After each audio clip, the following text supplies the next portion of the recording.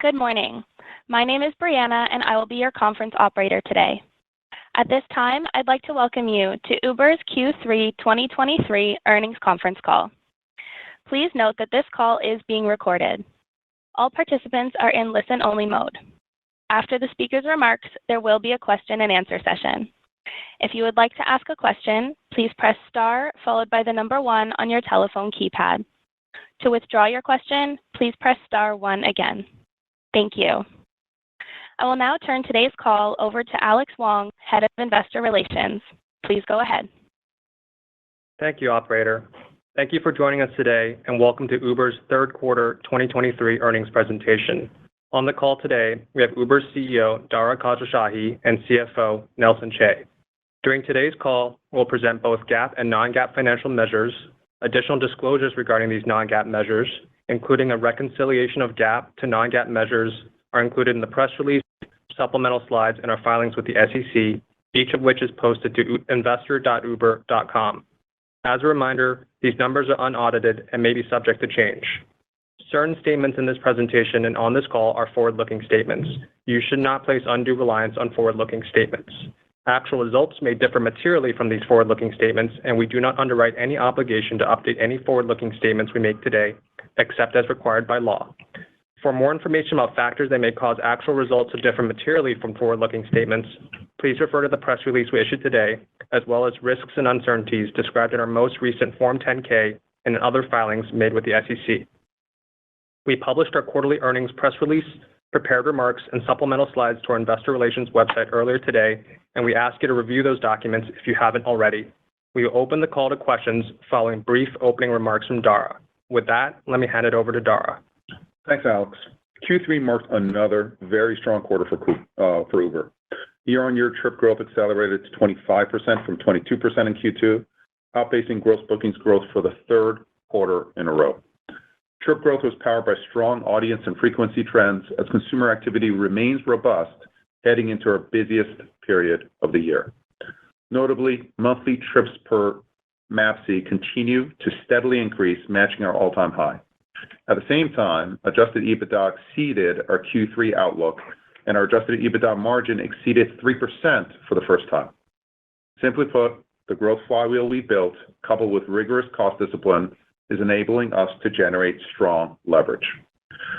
We're exiting the year with tremendous momentum and reliable execution. Our Q3 results and Q4 outlook demonstrate that Uber continues to drive profitable growth at scale. We remain focused on scaling GAAP operating income and free cash flow, while also making disciplined investments to appropriately fund growth initiatives that will deliver long-term, sustainable financial value. Finally, I want to recognize and thank Nelson for his immense contributions to the company and his partnership with me over the past 5 years. Looking ahead, I'm thrilled to welcome Prashanth as our new CFO starting tomorrow, and I'm confident that he'll continue to build upon the great foundation that Nelson has built. With that, let's open the call to questions. Thank you. As a reminder, if you would like to ask a question, please press star 1. Our first question comes from Ross Sandler with Barclays. Please go ahead. Hey, Dara, just a couple questions on the mobility business. Could you just flesh out a little bit more in detail what the drivers of the acceleration in mobility gross bookings were in the third quarter? And as we look out over the next few years, what do you see as the biggest drivers of sustainable mobility gross bookings growth now that we've kind of caught up with the pre-pandemic trip volume and frequency? What do you see for UberX versus the new areas? Thanks a lot. Yeah, absolutely, Ross. So, in terms of Q3, listen, the quarter was strong across the board, in every single geography, pretty much in every single product. But a couple of geographies to call out are the Asia Pacific regions and the LATAM regions. These areas accelerated pretty substantially on a year-on-year basis between Q3 and Q2, on big absolute numbers. And some of those countries were kind of very early in penetrating. So, for example, in Japan or South Korea, our penetration rate is minuscule compared to where we are in the rest of the world. And some of the newer products that we're building out, for example, hailable taxi, are very large parts of the marketplace, again, in Japan and Taiwan and Hong Kong and South Korea. Then we got products like Moto, which are two-wheelers that are growing very, very quickly in Latin America as well, in Brazil and a number of other LatAm markets. So while the growth was pretty broad, I do think that the APAC and LatAm markets in particular were super strong, partially because of some of the newer products that we're rolling out. And then if you look more broadly, like we had a very, very strong summer, augmented by travel. As you know, travel has been absolutely booming, leisure travel, and Uber has a very high penetration of the travel consumer. And then what we're seeing now, back to school, is also going very, very strong. So that absolutely added to our Q3 strength and acceleration that frankly surprised us in terms of its strength. In terms of the mobility business and kind of the growth construct, how do we think about the mobility business going forward, multi-year? We tend to look at the business from a business construct and then from a user construct, right? So from a business construct, number one driver for growth, and this is of the core UberX business that grew over 20% on a year-on-year basis, is about adding more drivers to the platform. We're now at 6.5 million earners on our platform, up over 30% on a year-on-year basis. And this is a supply-led marketplace. As we add more drivers, the marketplace gets more liquid, ETAs come down, surge come down, that pushes essentially demand. So adding more drivers essentially drives the marketplace. Then on top of that base business, we have the new growth initiatives that we've got, These are businesses that we've really built in the past 5 years, essentially from zero. These are hailables products, taxi, three-wheelers, two-wheelers, our Uber for Business product that is actually seeing some strength now, which is great. Our UberX Share and low-cost products such as high-capacity vehicles, and then Reserve as well. That collective is now $9 billion and is growing over 80% on a year-on-year basis. And then on top of that, you've got international markets with very big GDPs, whereas, we just weren't in those markets 5 years ago, and we've tuned our business model to be able to penetrate into those markets. These are the Germany, Spain, Argentina, that grew more than 150% on a year-on-year basis, Japan, South Korea, and Turkey. So really, you've got kind of a base business that's driven by supply. On top of that, you have a bunch of new products that are big, $9 billion annual run rate, growing over 80%. And then you've got these international markets, which are big GDP markets that we've got very low penetration to. So that's the business construct. And then the other way that we look at the business is actually from a consumer view, and that's about driving new audience, driving frequency, and then price as well. So if you think about audience, all of these new markets, the international markets that we're getting to, many of them are entirely new audiences, or, when we introduce taxi into a small village in the UK, that's new audience that comes onto our platform. Then when we think about audience, we think about demographics. So for example, for the high-income consumer, we're introducing products like Reserve, where you can pay more for higher reliability, and we're seeing that Reserve usage is actually incremental. And then for lower-income consumers, we're introducing like UberX Share, high-capacity vehicles, et cetera. So demographically, we're expanding. Internationally, we're expanding. And then we also look at age. So like we introduced Uber for Teens for younger consumers. Turns out teens tend to use Uber just as much as adults do, which is great. And we think they'll continue to use it as they grow up. So that's the audience kind of construct for us, which is global, income level, and age. And we have products specifically for all three of those. And then when you get into frequency, only a third of our annual users use us on a monthly basis. So our job is to increase that 1/3. Membership is a very, very big driver there. We got now 15 million UberOne members. Members spend 4 times more than non-members. So as we penetrate into the membership, frequency naturally increases. all of the use cases that we're introducing, like reserve, drive frequency as well. And then what we're also seeing is that users who use more than one product on mobility and delivery tend to spend more on the platform. They spend up to 3 times more, for example, in mobility if they take 2 different products as well. That drives frequency as well. And then price this year essentially has been flattish, and that's a good thing. But I think going forward, you can expect our services to grow price along with inflation as well. So if you're driving audience, driving frequency, and then price is kind of we're a price taker, so to speak, you get to a pretty good growth construct over the long term. Thank you. You're welcome. Next question. Our next question comes from Brian Nowak with Morgan Stanley. Please go ahead. Great. Thanks for taking my questions. I have 2 sort of somewhat higher level, Dara. The first one I want to ask you is sort of on the types of machine learning or data analytics that you've done on the platform so far. Give us some examples of where you've been able to improve matching, improve conversion on the platform, and where do you still see more opportunities to improve that as you kind of look into 24? And then the second one, there's been a lot sort of written in the press about new potential product extensions, travel, you mentioned B2B, et cetera. As you look at these, which of these new potential products sort of have you most excited that could move the needle over the next couple of years? Thanks. Yeah, absolutely, Brian. So I think on the ML front, it's actually hard to say where ML can improve because it's pretty much in every part of our business. Like we've been developing and using machine learning for many, many years now.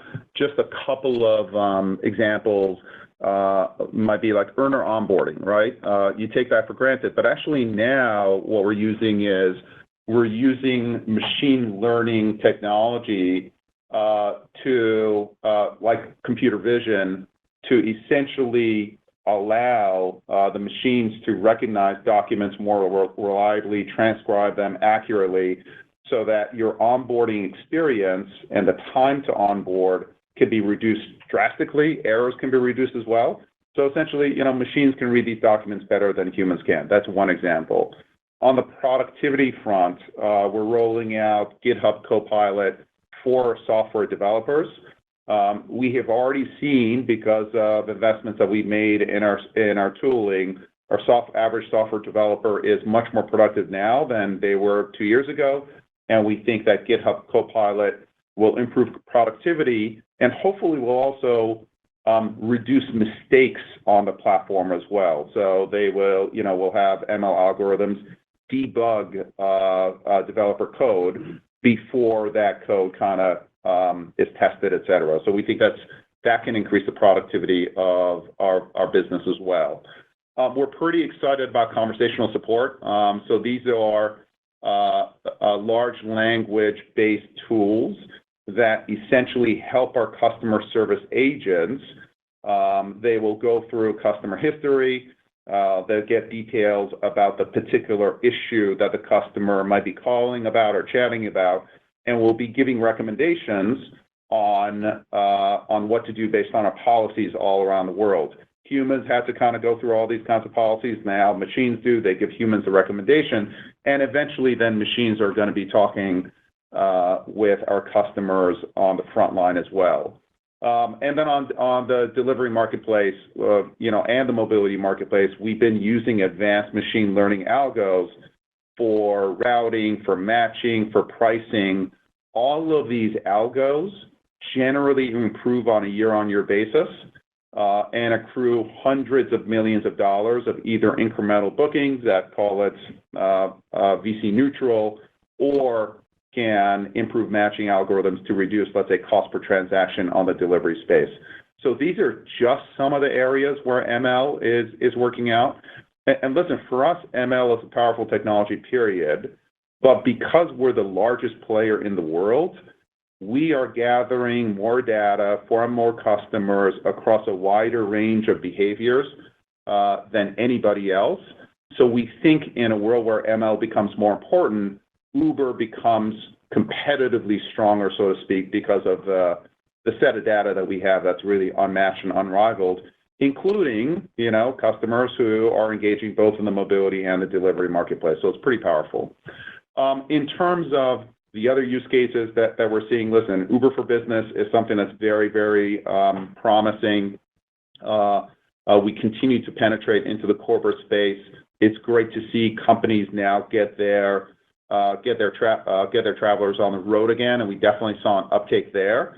But with Uber for Business, we're also looking at verticals like health and transit as well that are very, very healthy and hold a ton of promise.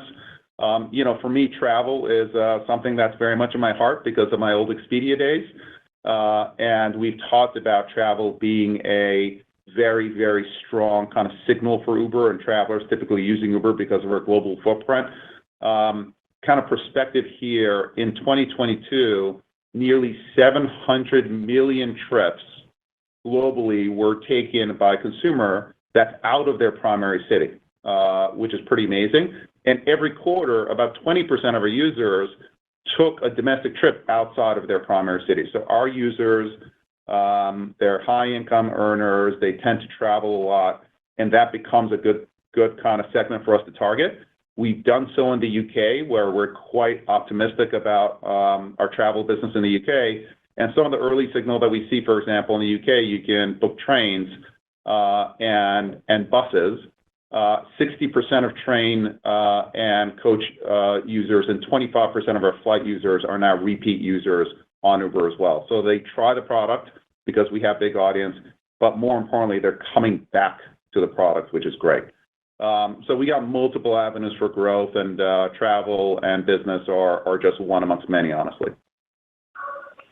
Great. Thanks, Dara. Good. Next question. Our next question comes from Eric Sheridan with Goldman Sachs. Please go ahead. Thanks so much. And first, thanks to Nelson for all the insights and conversations over the years. Thanks. I'm wishing you best going forward. Maybe, Dara, I think two bigger picture ones for you. One on UberOne. As it continues to scale globally and the base of subscribers continues to build, what are some of the early learnings that have now translated into scale about how you're thinking about bringing that subscription to market more globally than in the early years, and what that might mean for the business in the years ahead? That's number one. And then on driver supply, we were in a very different position a year ago where you were using a lot of incentives on driver supply. As we come out of that period and things have normalized, how are you thinking about optimizing driver supply for efficiency, cost, maybe even insurance? So we should be thinking about that as an initiative going forward. Thanks so much. Sure, Eric. So as far as UberOne goes and lessons learned there, honestly, the UberOne customer behavior has been pretty darn consistent in that UberOne consumers spend 4 times the amount that non-members do on a monthly basis, and retention is more than 15% higher for members versus non-members. That pattern has remained. There was some question as to, hey, as we expand the user base, is that 4x going to come down to a 3x, for example? But that hasn't happened. The 4x and the 15% retention have continued. The focus now for us with UberOne, I'd say, is threefold. One is keep expanding geographically, and we just introduced UberOne into a couple of more markets as well. So now we got 15 million members across 18 countries. Number two is really focused on UberOne retention. And when you look at the UberOne benefits, the benefits are typically monetary in nature. So you get discounts on your food, you get delivery for free, you get cash back on mobility. What we want to do going forward is also provide benefits that are non-monetary in nature. Let's say advanced matching, upgrades to different cars, or head of the queue matching when you get into an airport when there aren't that many cars around. Those are more non-monetary benefits that we think that our members will very much appreciate. And the design spec there is to drive member retention.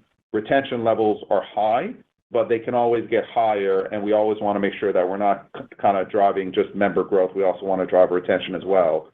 And the third area is really optimizing around our mobility use case. delivery already members account for more than 40% of bookings. With mobility, it's in the mid-teens. It's much earlier in terms of penetration. And I think we can do a lot more in terms of the member experience for mobility users and just continuing to optimize that. Turning to the driver supply question, our supply position is the best that it's been. We've got over 6.5 million earners. And I would say, those earners are actually earning this quarter $15.9 billion, which is up 23% on a constant currency basis. So we're really proud of our being one of the largest earnings, if not the largest earnings platform in the world in a flexible way. And the fact that earnings are actually going up faster than gross bookings, which is something that we're proud of. And at the same time, we're driving a bottom line and free cash flow for investors that's super attractive as well. That said, we are optimizing around our earners costs. So we don't have to lean into incentives the way that we did previously. So if you look at our incentive spend for earners, it's down about 41% on a year-on-year basis. Globally, it's down about 50% in the U.S. because with the liquidity of the marketplace, kind of natural earnings levels are high at about $33 per utilized hour across the U.S. It's $50 here in New York City per utilized hour. So earning levels are high. That allows us to take incentives down. But we're also working on other parts of onboarding efficiency. When we run a background check, for example, for a driver, and running a background check, if we qualify a driver, if we know that driver is highly, highly interested, running a background check. If we don't think we can qualify, let's say that earner, delaying the background check, that again delays expenses as well. So across the business of bringing earners on, not just incentives, we're looking to optimize the cost there, and so far so good. Thank you. Next question. You're welcome. Our next question comes from Ron Josey with Citi. Your line is open. Great. Thanks for taking the question, Dara. I wanted to ask a little bit more about the NonX gross bookings now at that $9 billion run rate, growing 80%. Are any of these new offerings, talk to us about how these new offerings are just creating demand and any products specifically seeing greater demand versus others, meaning Reserve, Comfort, Green over X, things along those lines. Thank you. Yeah, absolutely. So these new products are definitely creating demand, and they create demand in different ways. So, for example, hailables or taxi product, if you look at the percentage of new customers coming in from hailables, it's about twice the percentage of gross bookings that taxi represents. That's because in a bunch of markets, actually, the only way we can penetrate into those markets is through taxi. Japan, as an example, we have a very, very small, high-end peer-to-peer business, but we're going in, partnering with taxis in Japan. We actually just joined the Taxi Association in Japan as well, and those taxis essentially are brand new supply, introduce us to a whole new audience in Japan. And actually, for tourists coming into Japan as well, kind of supports the local economy. So that's an entirely new audience. That's true in many parts of Argentina, in Turkey, where these new business models essentially are bringing new audience. The other one that I would point out to are low-cost products. So if you look at UberX Share, for example, it is taking some trips away from our UberX business. We do see kind of lower income consumers move to UberX Share faster. So we think that's providing them relief based on kind of the economic hardships and all the inflation that we're seeing there. So we're absolutely seeing a higher penetration of UberX Share for lower income consumers, but it's also introducing us to a new audience as well. Same thing in Moto. These are two-wheelers in Latin America, and again, newer, lower income audience that previously couldn't afford Uber now can afford Uber as well. So all of these either drive audience or frequency or both, and obviously they're strategic in terms of our long-term growth formula. Great. Thank you, Dara. You're welcome. Next question. Our next question comes from Doug Anmuth with JP Morgan. Please go ahead. Thanks for taking the questions. One for Dara and one for Nelson. Dara, what do you view as some of the primary compounding advantages you're currently achieving just across operational best practices, and where do you see the biggest opportunities going forward? And Nelson, you've improved profit significantly over the past year, incremental margins now running at about 9% in 3Q. How are you thinking about key investments in hiring into 24? Thanks. Absolutely, Doug. So in terms of the compounding advantages, I'll go back to what I was talking about in terms of machine learning, which is becoming a much more important part of the business. So we have more data points in terms of opportunities to match riders to drivers or eaters to restaurants to couriers. And for example, if you take a look at our driver upfront pricing, the change that we made, it had a huge benefit for drivers, right? Drivers can see where their destination is, and as a result can accept or not accept that trip based on destination and the upfront price that they see. It's a very, very powerful driver of the business. But it also is another opportunity for us to price out that trip. Previously, drivers are paid based on time and distance. Anyone can price based on time and distance. So the amount of data that you have doesn't help you, calculate a certain per mile rate and a certain time rate as well. So there's zero kind of benefit to scale. Now, in a world where drivers know their destination, we can price out that destination. We have more opportunities to price. We have more drivers than anyone else in the marketplace. So we'll be able to price out that trip and match it to a particular driver based on a bigger data set than anyone else in the world. That advantage compounds as our machine learning kind of platform learns more about different trips, which ones are accepted, which ones are not accepted, which ones are canceled as well. So all of our marketplace mechanisms in terms of routing, in terms of matching, in terms of pricing, now are essentially point estimates that we can train on a larger database than anyone else. If you look at payments, for example, we announced a great new partnership with PayPal, and our ability to, we're one of the largest players out there in terms of bookings, $35 billion in bookings in a quarter, growing at a rate that most players our size aren't growing. So on the payment side, for example, we think we can secure lower payment costs than other players. That's going to compound. If you look at parts of our business like detecting fraudulent activity, there are lots of fraudsters out there. They are being armed by machine learning, and we can detect patterns across a greater set of use cases, both in mobility and delivery, so that we can identify, let's say, the bad folks from the good folks, differentiate them, and reject the bad folks and have them maybe go try to steal from other platforms. All of these different parts of the business are compounding in one way or the other.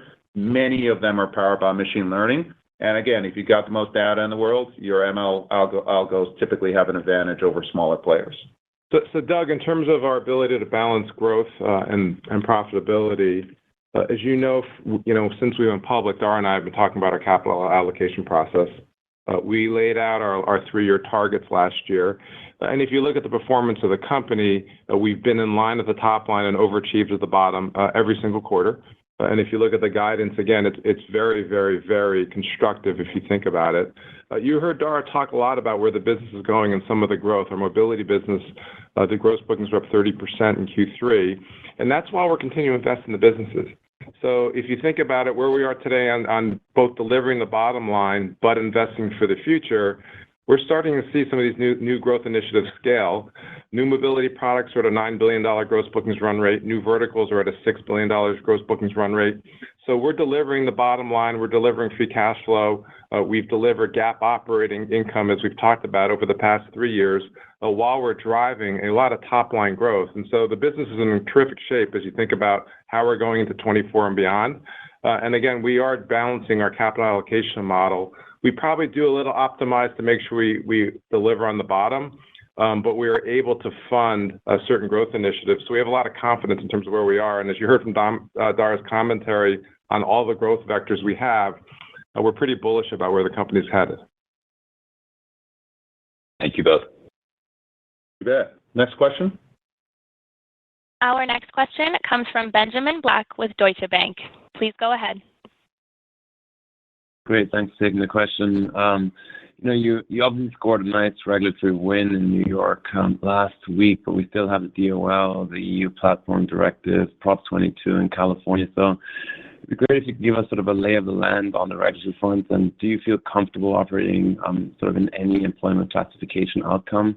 And then just quickly, there are clearly concerns around the crisis in the Middle East. We've heard that from other travel companies. Could you sort of help size your exposure there, and have you seen any impact to demand since the conflict began? Thank you. Sure, absolutely. So in terms of the regulatory framework, the first thing I'd say is we can operate under any regulatory framework. So we think the right framework is a framework that preserves flexibility for drivers and couriers while providing them protections. And for example, our settlement with New York AG and the DOL provides for earners to be able to earn flexibly on the platform with minimum earnings and other protections as well, insurance protections. That we think is the right framework going forward. It's the same framework that voters voted for in Prop 22 in California. And if I look big picture, generally the world is moving towards this model, which is earn flexibly with benefits such as minimum earnings and other benefits out there that are important on a state-by-state basis or on a country-by-country basis. And for us, it's really entering into dialogue with all the constituencies to get to the right solution there. There are some markets where drivers are employees of, for example, fleets with which we do business. This is in some of our European businesses, European markets. They are employees of fleets. We contract with these fleets, and these fleets are on our platform as well. And those markets are profitable as well. The price to the end consumer is higher, and drivers, frankly, miss the flexibility that they have in markets where independent contractor plus model is the right model going forward. So if I zoom out, the regulatory framework that we see is not about whether or not we're in a market or not, whether or not we do business there or not. It's about whether or not our earners have flexibility to work on our platform the way that they want to work on our platform, when they want to work on our platform, where they want to work on our platform, and what the price is to the end consumer. And generally, I would say that across the world, there are absolute exceptions. Most countries, most states are moving in the direction of flexibility plus benefits and protections. And then in terms of the Middle East, so the Middle East represents about 2% of our overall gross bookings of the business. So it's a relatively small part of our business. Now, certain parts of the Middle East are quite profitable, so it's a very attractive geography to us. Generally, we are seeing some weakness in a couple of countries in the Middle East. Egypt, for example, is one that I would point out.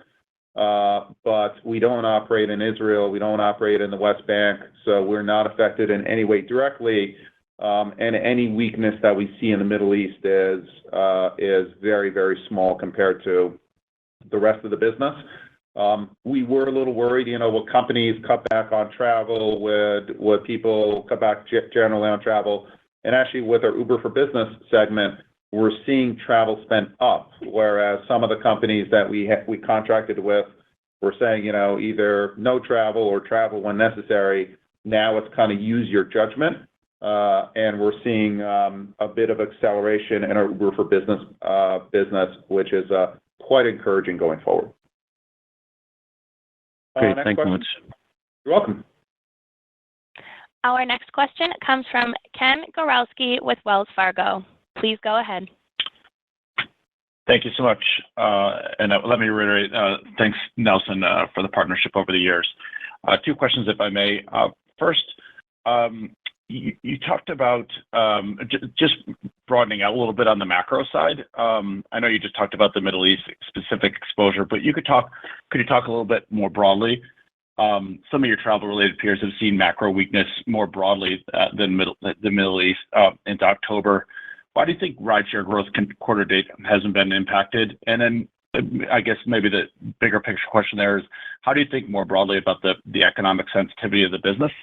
And then the second question, please, is if active driver growth continues to outpace trip growth, how do you think about balancing, a potential take rate opportunity versus expanding use cases and growing the addressable market? Thank you. Yeah, so in general, listen, we've been looking for pockets of consumer spending weakness across our platforms, both our mobility platform and delivery platform. We read the news, we watch CNBC just like anyone else, and frankly, we haven't found it.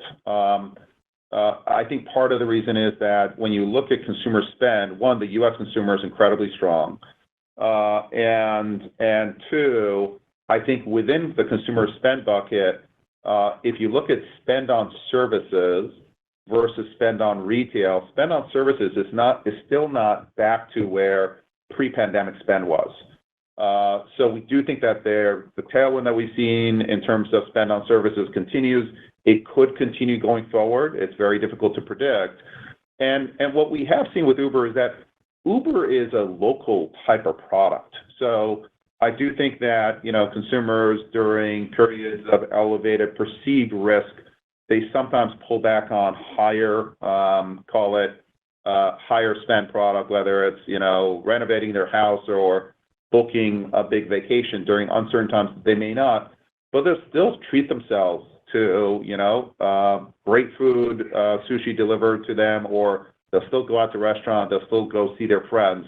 So I think the local nature of our business makes us relatively resistant to macro uncertainty, because it's usually the large price product that get priced out first. In terms of active driver growth, active driver growth is absolutely growing faster at this point than trips. We generally want to keep take rate as low as possible, because we think that's the right thing to do long term, and kind of allows us to compound for a much longer time period. Now, incentives are a part of our take rate, and as we said, incentive spend has been down pretty substantial on a year-on-year basis, and so that is a tailwind on our take rate. But otherwise, what we want to do is to maximize long-term free cash flow growth, maximize long-term earnings per share at the lowest take rate that we can, because it drives us to be more efficient as a business going forward. So we try not to kind of push take rate opportunistically, because the cycle is going to move the other way, and when it moves the other way, it's really going to hurt if you're not structured with a low-cost base. Thank you. You're welcome. Next question. Our next question comes from Michael Morton with MoffettNathanson. Please go ahead. Hi, thank you for the question. I wanted to talk a little bit about the new growth opportunities in mobility. In the past, Dara, you've spoken about aspirations for reserve penetration of total airport trips, and would love to know, after seeing the product in the market for some time now, how you see this opportunity, how large it could get, reserves as a percentage of airport bookings, and then looking outside of travel and airport bookings, maybe the impact you think reserve could have on the other aspects of the mobility business. And then just a second question, quick one. On your advertising product, you've really made a lot of progress since rolling this out, and I would love to learn some more about how you believe your offering meets the needs from large enterprises. Seems like there's a lot of demand for the large, sophisticated enterprises, but they're more demanding when it comes to advertising solutions, and the product has historically been overweight to kind of SMBs. So any update there would be great as well. Thank you so much. Yeah, absolutely. So in terms of Reserve, listen, Reserve is a very, very promising product, continues to grow at significant rates, but it's still pretty early in terms of Reserve's development.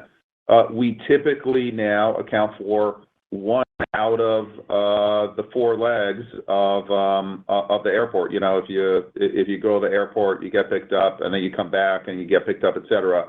We typically only cover one out of those four legs, so we think that increased penetration at airport is absolutely a significant opportunity for us, and we're very early in that penetration.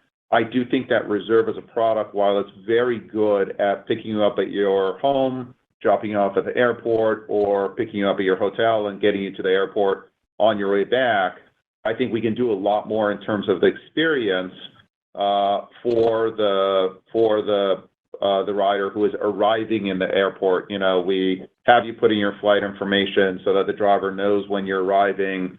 We automatically account for delays, et cetera. You can upload the information from your Google Calendar onto our product, et cetera. So there's a lot that we've done, but there's some hyper optimization to be done in terms of arrivals, and generally for airport pricing algorithms. You know, whereas we were pricing generally for the market, now we're focused on really the airport experience. And I think the airport experience, in terms of finding where the pickup area is, the pricing, the supply that we have in airports, is something that it's best of breed, but frankly, I think we can improve on. We are seeing some Reserve usage for other types of use cases, going out to dinner, et cetera. And there we think it's about optimizing the premium that Reserve represents over UberX versus the reliability. And there is a trade-off there. You know, if you want the 99.9% reliability in Reserve, the premium over UberX on demand is going to be quite high. And on a market-by-market basis and kind of on a consumer segment-by-consumer segment basis, we're trying to optimize what's that trade-off between price and reliability that can maximize our Reserve volume. And again, we think there's a lot more optimization to be done there. In terms of advertising for large entities, I think your question is spot on, in that the majority of our ad revenue at this point is SMBs, et cetera. It's a pretty simple, you know, pay for audience and pay for additional business model. The return on ad sales are excellent. Return on ad sales are, you know, on average, anywhere from 7x to 10x your spend. So this is a very profitable endeavor for our product, for our partners, which is great. We are building out more sophisticated technology for our larger advertisers that frankly will also offer to our smaller advertisers. They may be, for example, amongst other products, the ability to target new customers, and then being able to track those new customers when they become repeat customers. For grocery products, for example, is to integrate their membership and loyalty programs into Uber Eats so that their loyalty consumers can go direct or they can go through Eats, and, you know, kind of in that way they get to build a relationship with those loyalty members as well. We are working increasingly on building out tool sets that can help larger advertisers measure the incrementality of the advertising and not just the return on ad sales of that advertising as well. And then we're also helping our larger advertisers with day parts. They may, for example, we've had certain larger advertisers who really want to promote breakfast, and want to go, you know, over promote breakfast because it's something that they're introducing, and we allow kind of day part targeting as well. So all of these are relatively newer tools, and we think those tools are going to get a higher penetration of the larger advertisers, both in our Uber Eats business, but just as importantly, CPG advertisers for our grocery business. And of course, we got the branded business in our mobility segment and our delivery segment as well. So we think we're well on our way to $1 billion plus, which was a target for our ad business that we set a few years ago. And we continue to be very, very pleased with our progress. And, you know, there's a lot of potential in this business, so we're not nearly even midstream in terms of its development. Thank you. All right, next question. I think we got one more. Our next question comes from Mark Mahaney with Evercore. Please go ahead. Okay, thanks. Two questions, please. You talk about this net headcount being down roughly 1% sequentially, and looking for ways to demonstrate further operating leverage going forwards. Are you at a point now where you can roughly keep headcount flattish, or just growing low single-digit % for the foreseeable future? And then secondly, you talk about in the next earnings call, I think, or next quarter, you're going to provide an update on returning capital to shareholders. Could you? I know you'll make that announcement then, but what are the options? Reasonable range of options that investors should think about with that. Thanks a lot. So in terms of the headcount, yes, Mark, we do believe that we can continue to move forward with flat or very small incremental headcount, and so that's what we are planning as we go forward. As you know, we've had pretty steadfast since 2019 in terms of where the headcount's been, and we continue to get that operating leverage, and you're seeing it in the bottom line. And so the team is pushing hard to try to maintain that discipline because, again, we continue to try to deliver while we're investing, by the way, in the growth that you heard Dara outline before, so we certainly can. In terms of capital returns, so as you know, I'm handing the baton over to my able new partner over here who's kind of stepping in tomorrow as CFO. So it's certainly one of the first priorities that he and Dara are going to walk through. He's fortunate because he's getting a business that's in great shape, as you know. As you know, we are now eligible for S&P inclusion, and so it's really a matter from a corporate action perspective of an opportunity. We're well on our way to investment grade as well, so he'll get that benefit as well. And so he also understands the fact that capital return is something that's come up from investors. We've been pretty workmanlike in terms of 2 years ago, we talked about getting to EBITDA profitability. Last year, we talked about getting to free cash flow. This year, we talked about getting to GAAP operating income at some point. And as you know, especially based on where our projections are, we'll be GAAP operating income for the full year. And so we know next year capital return will be a big question. And I know if you look at his background, he has a lot of experience in terms of doing it. You know the forms, whether it's buybacks or dividends. I think that he will look at the full suite and has a lot of experience in his past life doing it. So I'm confident that when he addresses investors in February, which I believe will be the next time, that he'll be ready to at least give a perspective on that for investors. Thank you, Nelson. Wishing you all the best. Thank you very much, Mark. This will conclude our question and answer session. I will now turn the call back to Uber's CEO, Dara Khosrowshahi, for any closing remarks. All right. Thank you, everyone, for joining us in this quarter. Huge thanks to the Uber team who keeps delivering with flat or down headcount, which is pretty amazing. They're working pretty hard. Thank you to our partners, our restaurant partners, earners, without whom we wouldn't be able to deliver any of these services. And then a big thank you again. We said it before, but I'll say it again, to Nelson, who's been an incredible partner on this journey.